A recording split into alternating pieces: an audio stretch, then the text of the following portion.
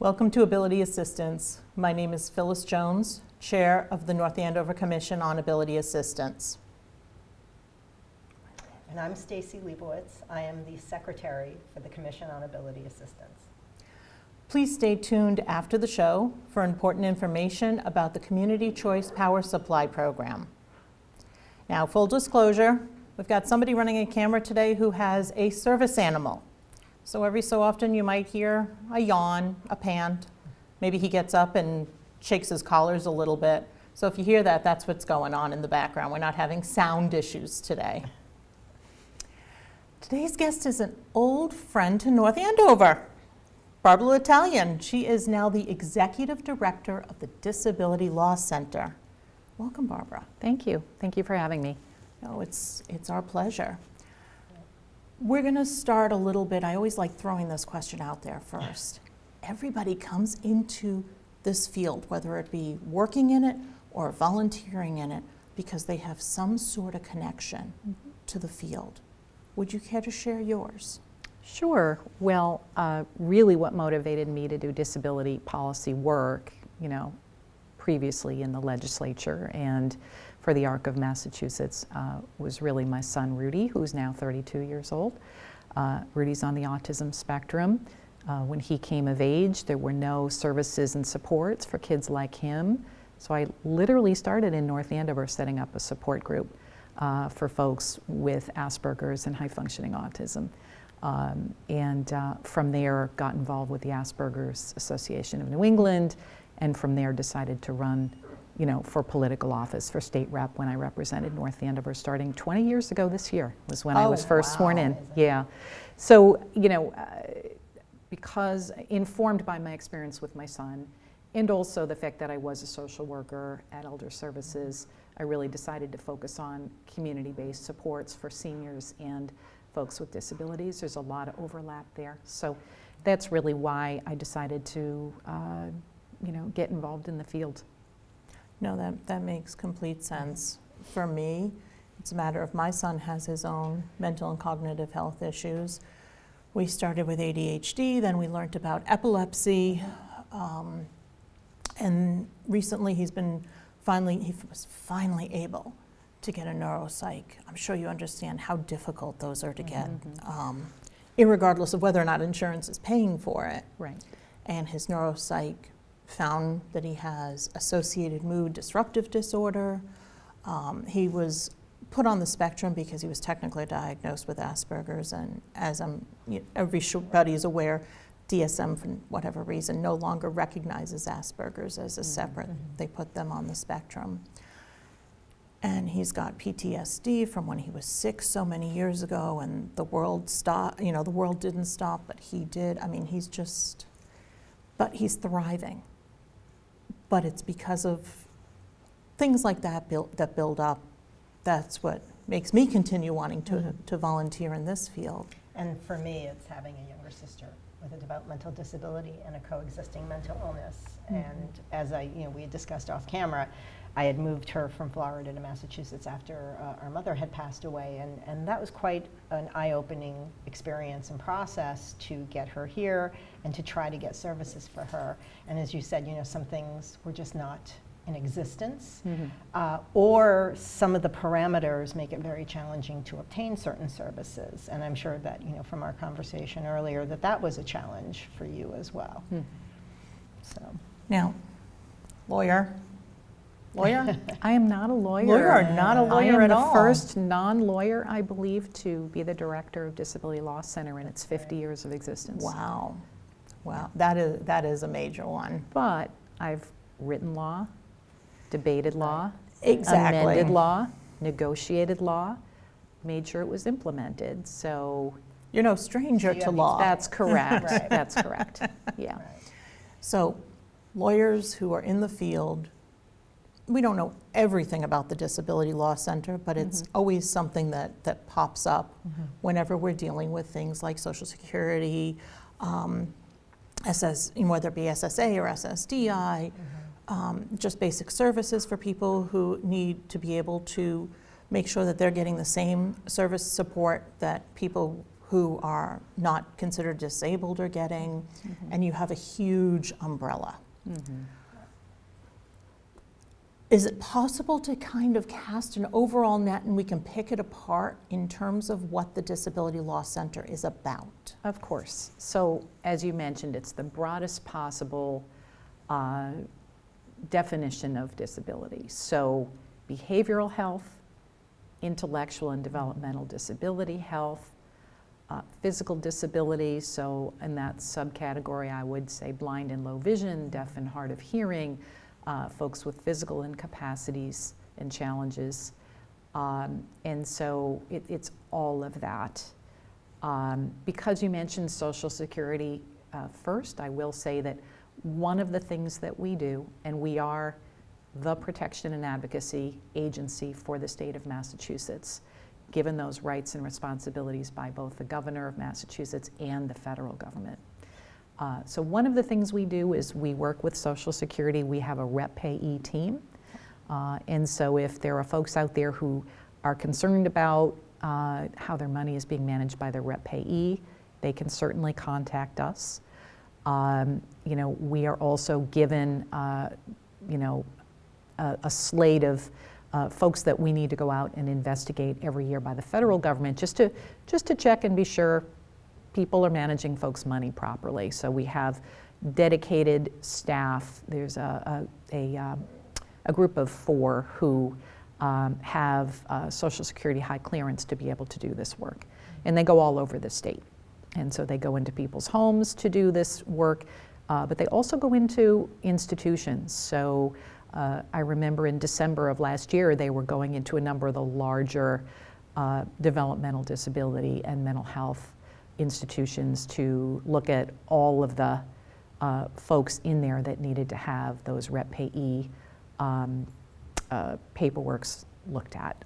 For people who don't know, what exactly is a rep payee? A representative payee is someone who is tasked with managing the money of someone who receives Social Security disability payments. Do they have to be a legal guardian? That's a great question for which I don't know the answer. I'm not sure that they have to be a No, legal I guardian. Yeah. Don't, because I was a rep payee for my sister before I actually became her legal guardian for a very short time, and I decided to relinquish that to her agency because I felt that that was a better dynamic for her and I. But you don't have to be, a number of different people can be rep payees, whether it's a legal entity or it could be an agency, obviously, that's doing it. In her case, it's her provider that is the rep payee. So there is some flexibility there. So in that instance, we would go in and work with the provider and look at all the different folks in that given setting that they are doing rep payee for. So see, not being a lawyer, on some of this, if you ask me specific legal questions, I'm gonna say, when in doubt, let's fact check and double check with Disability Law Center. And I know at some point they'll put up the website and the phone number. Yeah. But that's also the thing. I mean, I am a lawyer, and I have practiced disability law, but I didn't know that. So that's why. And if people weren't sure, they could always call our phone number, or we do intakes online. There's an online intake form. We always suggest that if people are in doubt, have questions, or if a problem is beginning and they're worried that it's going to snowball, always better to get in touch with us sooner rather than later. We have an intake department of 4 people. We receive about 10,000 intakes in a given year. And we're a staff of 28, so we aren't always able to service everyone. But the intake department will call people back if it's something that we do not do. So for example, we do not do special education legal assistance. We would refer someone out to like Mass Advocates for Children or somewhere else. We do not do family law. So if that were a concern, we would refer them over to other organizations that do that. But the intake department, is either they're taking in information, it gets passed up to a team of lawyers that determine whether or not it fits what are called our focus areas, and those are all on our website. We have to set those up every year and file those with the federal government. And so if it fits what we are working on, then it will go to case review to determine whether or not we have capacity to handle that case. If so, we will take it on. If not, we may, again, provide some short consultation and/or refer out to another organization. So intake is really the point of contact. We do work under what's called the PAD program, and so that's Protection and Advocacy of Individuals with Developmental Disabilities. Okay. And so in that program, we do some of the investigation and monitoring of group homes, facilities. We still have 2 state facilities, one being the Hogan Regional Center here in Danvers. So we go into group homes, day programs. Right now, we actually have a survey on our website for anyone who's involved in the day habilitation program, which is a program that's run for folks to be able to attend 5 days a week in a program.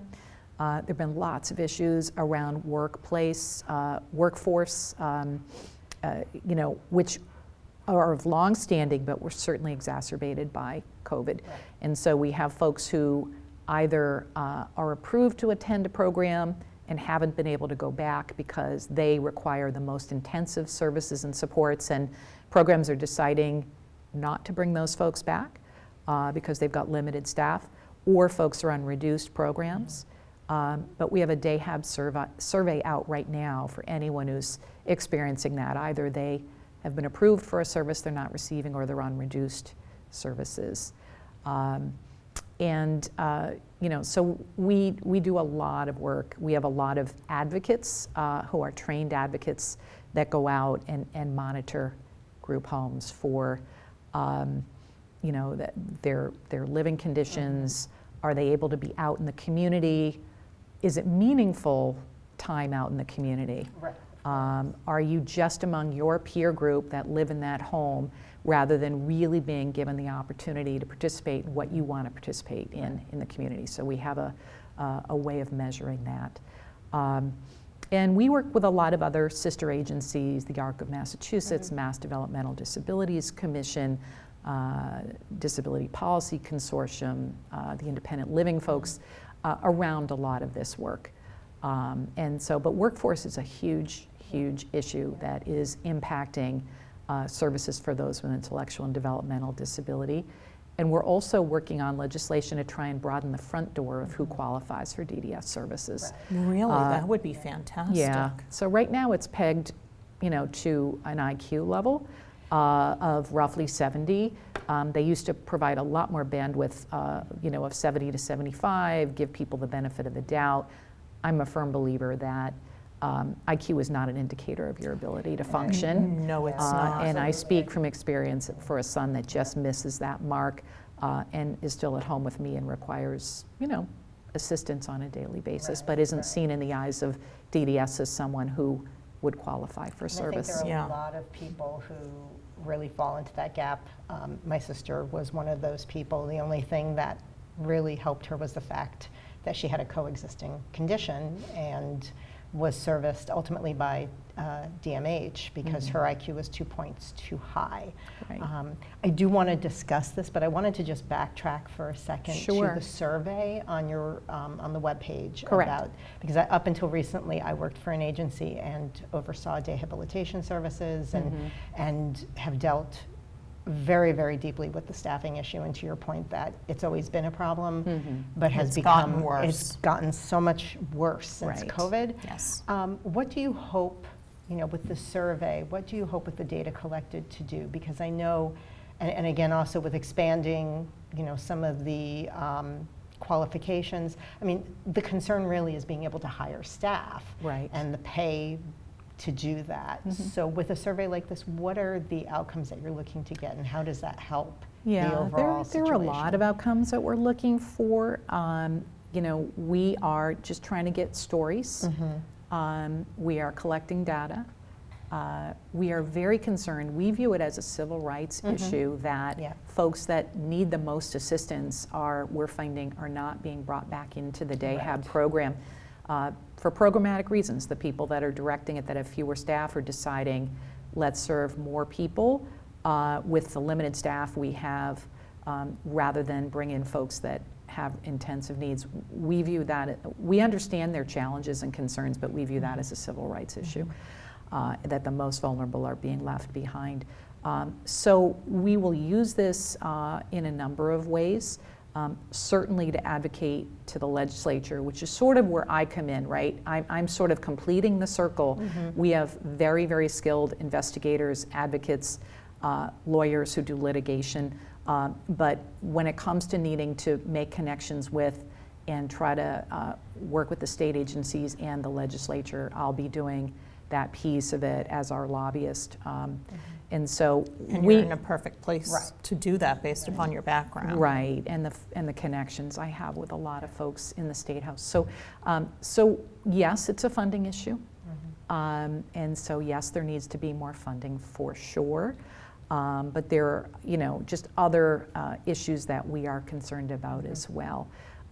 In the rewriting of some of the federal waivers, we are concerned that our state is really trying to move away from the standard of least restrictive setting and allowing folks some flexibility and allowing some funding to allow folks to be in lesser restrictive settings with some additional funding from the state.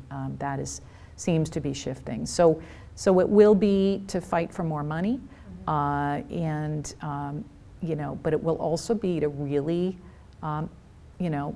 hold the providers' feet to the fire as well, that they can't just be, we feel, discriminating against those that have the most intensive needs. Now, you were talking about funding.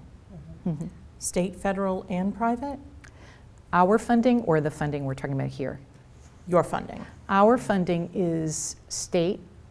We receive monies from MLAC, the Massachusetts Legal Assistance Corporation, which really funds all the legal aids throughout Okay. the state. We're considered a subset and a partner to the legal aids. We specialize in disability, obviously, as does one other organization called the Committee for Public Representation. But otherwise, our partner agencies are these legal aids. And they often refer over to us if it's someone with a disability, and we refer over to them if it's something that's more appropriate for them. So that's our state funding. It's in a budgetary line item. We receive some private funding, although that's a challenge for me as the new director, is to try to diversify and deepen that private funding. The vast majority of our money comes from the federal government. So as I mentioned, we work with intellectual developmental disability work, the Social Security work. We receive money through PAMI, which is Protection and Advocacy of Individuals with Mental Illness. So that's our behavioral health work. And with that, we go into, again, group homes, day programs that are DMH-funded, clubhouses. We also have broad authority to go in and investigate in jails, prisons. We go into Bridgewater State on a weekly basis, the hospital where people land, if they've been criminally involved and have, a behavioral health issue. We go in and monitor that because of the concerns that have been present over the overuse of restraint, seclusion, chemical restraint, lack of programming, services, lack of fresh air, et cetera. So we go into all the different state hospitals. So Tewksbury State Hospital, for example, has contracts that service both IDD and folks with behavioral health. But as I said, jails, prisons, any institution, we go into nursing homes, assisted livings, et cetera. So we do a lot of behavioral health work, and that's a funder. We fund through voting rights to make sure that folks have access to being able to vote. We were able to get a piece into the most recent voting rights legislation that allowed those who are blind and low vision to be able to vote remotely at home. Because How was it not already? it wasn't in place, and in fact, one of the things I needed to do on my first week on the job was talk to the Secretary of State, because they were sort of dragging their feet on this. A braille ballot. And How- so that has now been done, because people would have to go into a polling place and they would have to use specialized machinery that may or may not be working at the time. They might have to have someone read out the ballot to them. There was no privacy. Right. And so that piece we did. But we'll also be tackling and working on making sure that we continue to have remote participation and access to what happens in cities and towns, to be able to participate. We want people to be able to vote remotely on those things, weighing in on your town meeting or what have you. So we work on that stuff too. So we have a voting rights advocate, and we are funded through the PAVA program to help disabled folks have access to voting. And we will be expanding that to make sure that now that they've made permanent vote by mail in Massachusetts, Yes. we want to make sure that someone who applies, first of all, knows they can apply for vote by mail. But what happens when that ballot gets to a nursing home, an assisted living, a jail? Who makes sure those people receive it and are able to vote and return And it? then Right. turn them So, around. so we'll be doing some of that work as well. We also work with victims of crime. So we have funding for that. So if it's a disabled person that's been a victim of crime, we have someone that specializes in that. What else? Assistive technology to Which make is sure that Critical. Getting even, getting Yeah. getting the item, knowing how to use it, and if you're of school age, coordination with your school. So for augmentative communication devices, is it only given at school? Is it not allowed to be brought home? Is everyone trained on how to use it, et cetera? Right now we have a big push on a wheelchair right to repair bill because motorized wheelchairs can cost as much as a car. And when they break down, oftentimes people are told that they're in a 6-month wait list to even have the wheelchair looked at. If you tamper with it in any way, try to fix it, it can void the warranty. And then a backup for parts as well. So we're really pushing that. As in other states, there is a wheelchair Bill of Rights, and we really want to see that happen here. We're getting fierce pushback from the two organizations, the two businesses that receive Medicaid contracts. To do this, they want to sell, they don't necessarily want to service. Right. And this has been going on since before COVID and issues, with access to parts. So that's not the excuse. So. Right.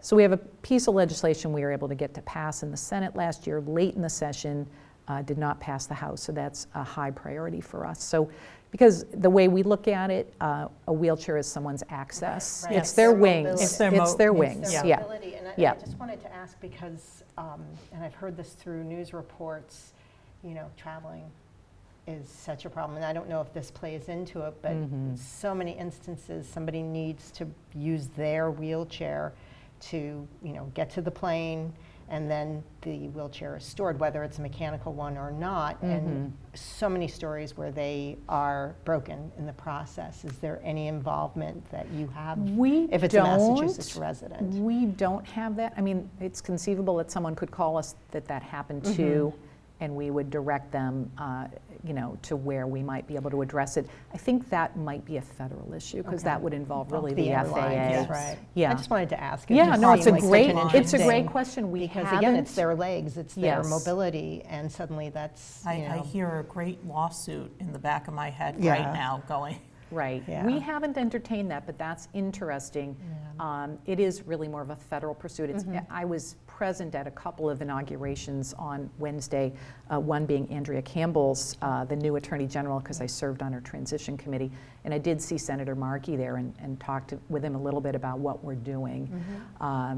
So, and he is a big proponent, really actively fighting for the consumer protection rights of That's those great. who fly. That's So great. that's probably an issue that we could raise with him. But that piece we've not done right now. But we have a big group of active wheelchair users as part of I'm our sure. group and we've been in the State House actively lobbying to try to get this passed.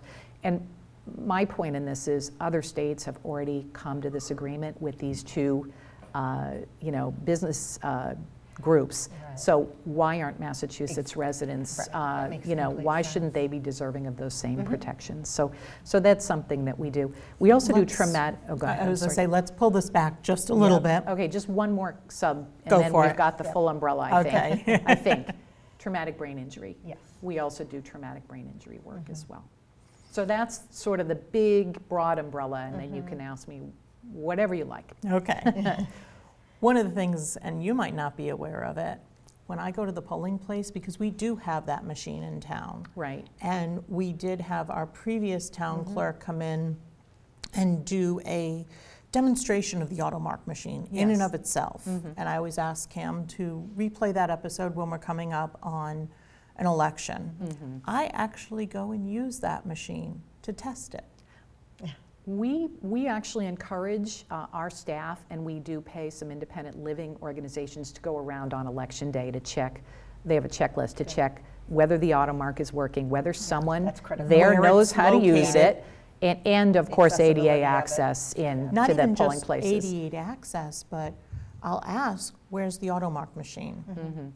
What's that?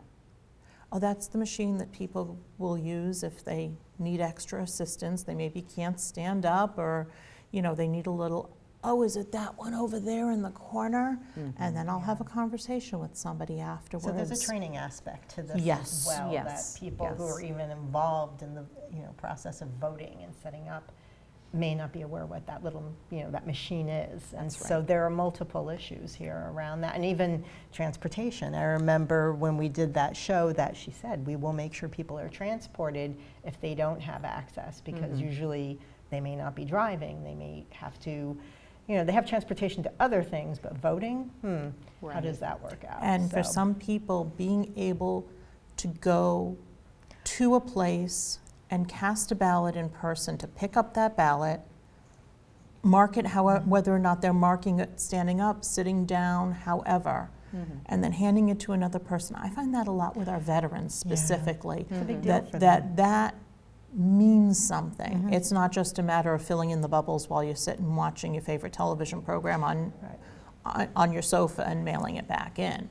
Right. So that in and of itself, to know that you're doing that, I think is fantastic. Right. Especially, There's a lot more work that needs to be Yes. done. I don't Right. want to misconstrue that we've solved for this. Like, it's But you're great that working there's on it. vote Yes. by mail, Yeah. but now we've got to be sure that people are aware of it, they can apply, and then what happens when it lands at their Right. place of and the residence. fact that they didn't have Braille ballots, that blows my mind, mind-boggling. because the state is required. Well, this is actually online. This is actually allowing someone to have a reader, a visual reader of their ballot, Okay. vote remotely using their adaptive equipment at home, and be able to send that back in electronically. Which It's doesn't. even better. Yes. Yes, so Yes. that's what that is. And it had been put in place we do litigation, so we brought the city of Boston into court to make sure that this would happen when they had their big mayoral race Okay. 3 years ago now. And they complied when we filed in court. And so they rolled it out for the Boston mayoral election that happened when Mayor Wu was elected. It was in place for the previous year's statewide elections, but by the time they got it up and ready, there was no real public relations campaign. People didn't really know about it, so a lot of people didn't know to be able to have access to it. And the Secretary of State's office at that point saw it as just a one and done. And we were like, oh no, this needs to be an ongoing thing. So there is a lot of work that needs to be done with the disability community to know that this is an option, with the clerks Yes. to let them know that this is an option, and also the training piece around the AutoMark is obviously important as well. No, that's a huge thing, especially where, not to get political, but voting rights and how votes are counted is becoming more and more. It's more controversial. Yes, it's more controversial, and if somebody wants to vote and is eligible to vote, then they should know that. We should be making, not to cut you off, but we Yeah. should be making every effort in every state to make sure that people Yes. have access, regardless of disability or where they live. If they're in a rural area, we have to make it as easy as possible. And I'm thinking So the you're- rural area, that would be Yeah. fantastic for people who live maybe out in western Massachusetts, that is a little bit more rural, not necessarily rural itself, comparatively speaking to inside the 495 belt, to give people that opportunity Right. throughout the Commonwealth to be able to do that. Now, Right. you also mentioned lawsuits. Mhm. Okay. It's not a matter of, I have an issue, I come into you, you give me free counsel, similar to if I was a criminal and I have a right to an attorney. You actually have a threshold of the type of lawsuits you bring and where you bring them. Is that correct? Correct, yes. So generally speaking, the lawsuits that we bring are of a systemic nature. If we see a pattern and a trend, we may reach out to a number of different people that are struggling with the same thing to be able to file a lawsuit. So without getting into specifics, before I came along, there were a number of lawsuits with some of the very well-known subscription TV programs. They weren't closed captioning. Okay. So we brought Yes. a number of them to court and received a settlement and a requirement that they caption on behalf of folks, again, who are deaf and hard of hearing. We have, generally speaking, if we're going to go to court, it's really for a big, broad, overarching issue that's affecting a lot of people. We really don't have enough bandwidth with 28 employees to do a lot of individual Right. representation. We do Makes some. sense. We do get some federal funding under PAIR, which is Protection and Advocacy of Individual Representation, but it's much smaller. But we do help some folks if they have been, have a really, strong case of where they've been discriminated against, based on their physical impairment or whatever it may be. And oftentimes we will provide consultation and sometimes accompany them to court. In fact, I know we settled something this week on behalf of someone who had been discriminated against. We went into mediation and did that with two of our lawyers. So we do litigation, but the vast majority of it is big, broad, systemic issues. We also do some individual employment cases, employment discrimination cases. We certainly do ADA compliance issues. Actually this week we also had an individual who lived in an apartment. His bathroom was not accessible, physically accessible for him. He had a balcony, but he could not get out on said balcony because of the tracking, and the threshold right, between right. the living space and the porch or the balcony. And we were able to kind of work with the folks that owned his apartment building to help get those necessary adaptive pieces done. Sometimes it's as simple as just calling and contacting whoever owns a dwelling. They may not They be may not aware. know. Right, it's education Other piece. times we have to step it up and explain what ADA compliance or non-compliance looks like. So we do some of that as well. But yeah, the litigation pieces are primarily larger. So once in a while we'll have people come in thinking that we can be their individual personal injury lawyer. Exactly. And we've had a couple of cases because if people have a right if they are turned away to an appeal, and that comes to me. And recently we've had a case where someone had filed like 30 some odd grievances and legal proceedings against a number of different people for a number of different reasons, and thought, well, Disability Law Center will be my personal attorney and wade through and represent me through all 30, and I had to say, no, we don't do that. Yeah. That is not what we do. I'm very sorry. So that's, so I guess the most important thing is to know that reach out to us, reach out early. We may not always be able to take your case for capacity reasons or, because it's outside what we do. But we will always try to, come up with the resources for you to go elsewhere. We also have two attorneys who have worked for DLC for over 30 years each, and a lot of the work they do, they're both part-time at this point, but they They do a lot of tracking of benefits, federal and state benefits, because that's the other thing. Knowledge is power. Yes. If you don't know what you qualify for, or how and why, you know, you apply, and you know what might sabotage a Mass Health application or a SNAP application or whatever it may be, you know, Social Security, SSI, disability, and there have been loads of issues with Social Security since the pandemic around capacity and long wait times to have your application looked at.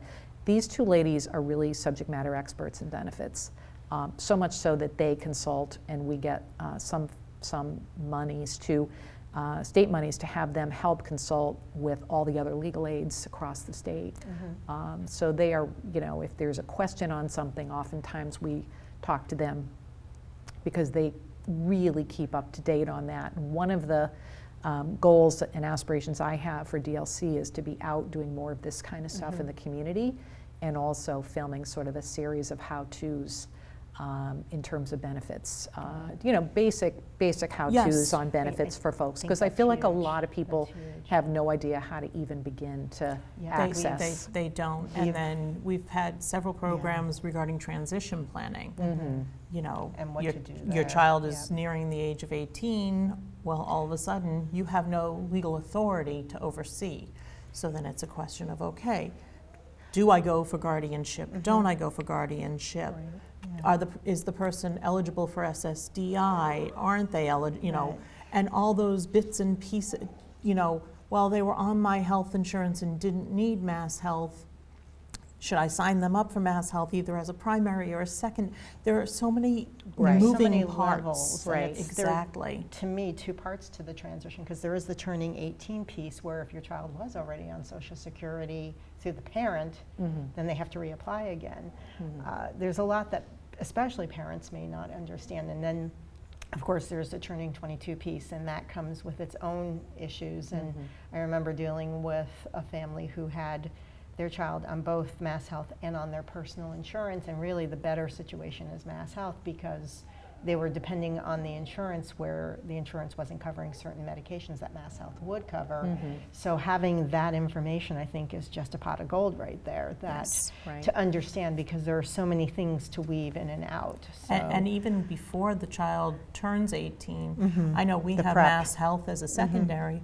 A lot of people don't realize Mass Health as a secondary opens them up to so many of the services that you're overseeing that they won't be able to be eligible for because they don't have Mass Health. Right. Are you, you know, I know you have a lot to do. Is that something that you explain to people? Is that something that maybe you want to be able to explain more if you have your how-tos type of series? Yeah, I think we do it right now situationally, but what I'd really like to do is have some of that how-to done. And other legal aids that I've conferred with do this in other states through TikTok, believe it or not. Yeah. So what Yeah, better TikTok way to is a reach out to huge younger people? resource. They're watching it. You know, it's got to be of short duration, but you know, to be able to sort of give a quick, you know, back and forth of how to at least get people started. You're going to have a hard time possibly on that one. There's federal legislation that was just signed taking TikTok off of a lot of the federal computers and not being able to let agencies do that. And there was just, I was saw reading that. on Masterlist yesterday, there is a state, I believe it was a state rep. Don't quote me, I hadn't had my tea and it was getting late. I believe it was a state rep, I can always send it to you if you want me to, if you hadn't seen it, who just filed legislation that mirrors Right. what the The president state, just right. signed into law. So I don't know if TikTok, maybe YouTube, would they? Yeah, I mean, you know, Yeah, there are a number of we can certainly platforms. find the appropriate platform. Yeah, I mean, I had not seen that. I know that some states were deciding to take their government agencies off of TikTok, but I did not realize that the president had done that at the federal level. But regardless, you know, finding a way to reach folks, you know, also trying to make our stuff accessible in multiple languages. Right. Yes. We have real concerns around BIPOC communities, and they are really, you know, doubly affected with a lot of the Right. challenges that disabled makes people sense. face. And so we really do try to take an intersectional approach to all of that. You mentioned guardianship, and that's a great reminder to me that one of our big legislative and advocacy pushes with the ARC and the Mass Developmental Disabilities Group and others from the independent living world is for something called supported decision making. Yep. And it's sort of a mid-step between all or nothing, the all or nothing that would be choosing not to have a guardian, which is what I did for my son when he turned 18. I chose not to be his guardian, and having full guardianship, full control over your child. Supported decision making's already in place in other states. It's an alternative. It recognizes that people may need some guidance and assistance, but ought to have some input, if appropriate, into their life decisions. And so there is a piece of legislation that we've been pushing that also passed the Senate in October, way at the end of at the 11th hour of a 2-year legislative session. Did not pass the House, but we're really hopeful that that will happen this session. But it would allow the person to be able to self-advocate, and we work with a lot of self-advocates at Mass Advocates Standing Strong and other places, recognizing that nothing about us without us is their credo.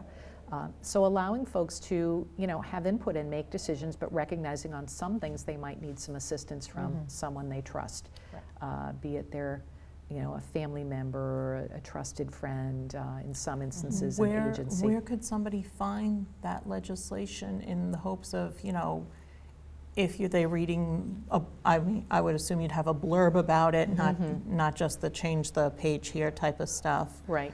And somebody says, gee, I really like that.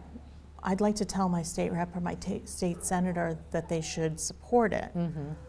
Where can they find that? Is it on your website? It is on our website, and I would also say that because they are the primary advocates on this, I would say you could look at the Mass Developmental Disabilities Commission website, the ARC of Massachusetts legislative page also. I used to work there and set up that page, but we're all working in tandem to try to do this work.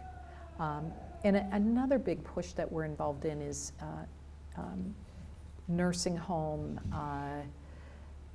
federal Olmstead law, least restrictive setting, really trying to work. There are some really awful nursing homes out there. Yes. They tend to be corporate owned, they tend to be private equity financed, and a lot of them. So there's no real oversight over them. A lot of them, they're not local anymore. I worked in Prescott House when I was 17 years old, and the owners were on site, and there was great training and great staffing, and it was a well-run place. The head, I'll never forget, the head of nursing had come from heading up nursing at Lawrence General. Like, you don't see that anymore. This is all placed in some other state, nameless, faceless, and staffing has been an issue. Certainly COVID, we know what happened there. But we do a lot of investigation, particularly of some of these corporate-owned nursing home facilities. And we work in partnership with a number of groups, again, in collaboration. There's a group called Dignity Alliance of Massachusetts, and they have a whole set of legislation that's going to be filed this session looking at the rights of folks in nursing homes, and the right to actually, leave a nursing home and be put into the community, and that how many folks get stuck, right, in a nursing home and don't want to be there. So we do a lot of collaboration on that regard as well.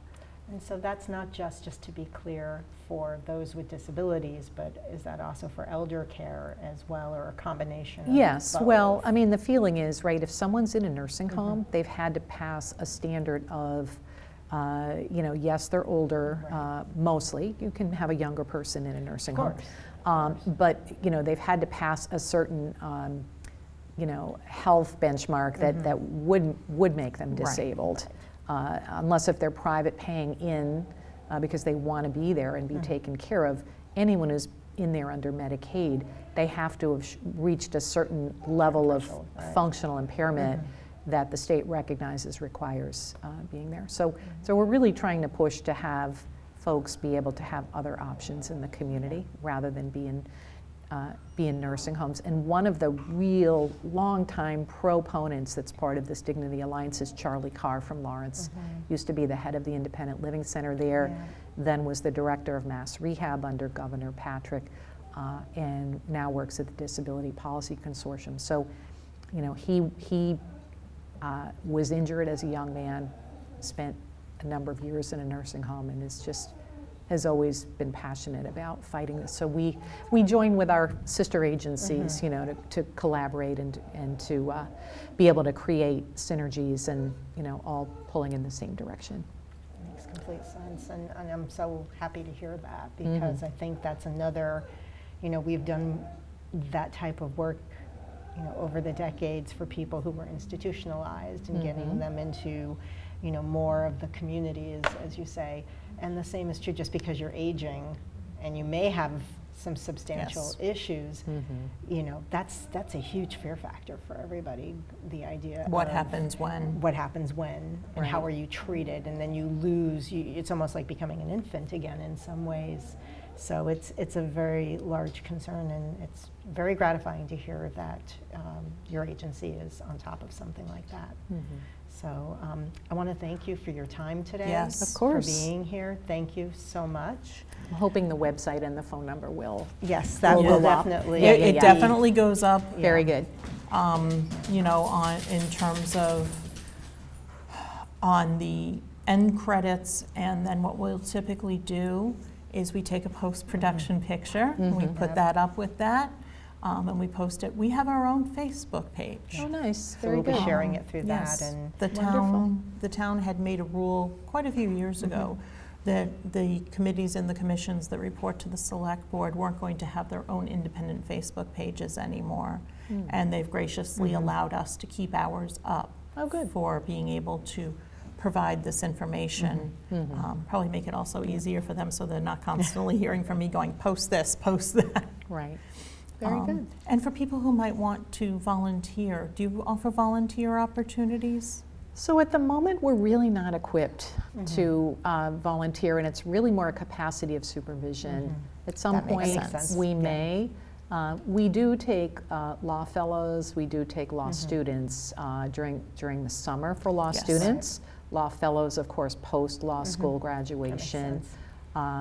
You know, we do have a job opening right now at the Disability Law Center, looking for someone who would want to join our Rep Payee team and needs to be able to drive, get themselves around the state, and you know, do these interviews in homes, be subject to a federal security clearance, and all sorts of federal rules and regulations you have to jump through to do this properly. So Of it's course, that makes challenging sense. work, Right. but we do have an opening within that Rep Payee program at the moment. So if anyone is interested in that, that would be something Thank you worth for checking out sharing. on our website. Great. No, Yeah. Thank you for especially sharing. considering the industry is bleeding people, and a lot of Yeah. people still want jobs and Right. get back to work and do good somehow in the community. So thank you, Barbara. I'm Of really, course. I'm really We thrilled. appreciate it. I know My we pleasure. spoke about this back in the summer, and I'm glad we were able to make this happen. Yeah, I'm glad we waited a little because I was still learning. There's No. so much to learn with No. funding sources and what everyone does, and I'm still learning every day. I'm humbled by That's- my staff. They're wonderful. That's- And you're going to be learning every day Yeah. for the rest of your life, because Right. that's the way the law is. It's ever-changing and You evolving. know, but, you know, somebody puts a piece of legislation in, and then it all of a sudden affects 40 million different things. So that's just the industry you're in, and the fact that you know, wanted to take the time to be able to come on board and still talk to us, that means a lot to me personally. Well, thank you. Same here. Thank Thank you you. again. Thank you. Of course.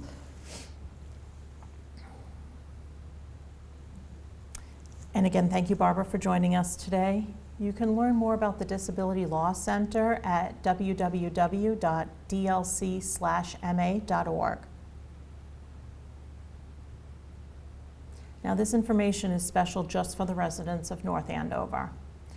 The Select Board is looking to fill vacancies on the Commission on Ability Assistance. The role of the Commission on Ability Assistance is to serve the town in an advisory capacity to identify the needs of the community under the ADA civil rights law and to monitor initiatives generated by this committee to see that results are achieved. The commission meets once a month on Saturdays at 12:15 here at North Andover CAM Studio. Meetings typically last about an hour, and commission members, based upon state guidelines, are allowed to attend meetings remotely in order to ensure that everybody has the ability to participate, regardless of their ability needs. If you're interested, please visit the town website at www.northandoverma.gov. There are way too many dots in the world. And click on Board and Committee Info on the left-hand side of the page to complete a volunteer form. And please contact Jillian Brothers with any questions you have at jbrothers@northandoverma.gov or 978-688-9510. And just to plug, it's just not our committee. There are so many other committees and commissions in the need. town A lot that of could need, that could so use we some welcome volunteers. all of our residents to take a look and apply. And electric rates are starting to climb again. Are you aware of the town's Community Choice Supply Program? Have you switched back from the town-sponsored electric plan yet? You can call Colonial Power Group at 866-485-5858, extension 1 to learn more. But you must opt in to obtain the contract service rates. Also go to colonialpowergroup.com/North Andover. Or call 866-968-8065 and ask to join. Thank you to our crew this month. From GLTS, we have Alex Santiago. From North Shore Academy, we have Zachary Jones. And we also have John Kafori, a GLTS alum. And from Curry College, Carly Jones. Our 2022-2023 season is booked up. I'm so excited. I just got a call yesterday from somebody asking to be on the show. It's always a good sign. Next month, February, we're going to have State Senator Bruce Tarr to come on and discuss his legislative agenda for his upcoming session. I think that's going to be fun, but you know I love that. Yep. March will be joined by the Federation for Children with Special Needs. April's guest is Women's Money Matters. And State Trom Wynn will be discussing her legislative agenda for the upcoming session in May. And I told you, our season has already been booked. Our season will wrap up in June with Mini MEVA. They're part of the Merrimack Valley Regional Transit Authority. Yep. Yep, our former state rep, Christina Minacucci, is actually going to be doing some consulting work with them. That's great. And she's the one who reached out to me. We're consistently looking for new topics to explore here on Ability Assistance. We would love to truly know what topics you want to know more information about. If there are any specific topics that you'd like to learn more about, please email me at pjones, P-J-O-N-E-S, at northandoverma.gov.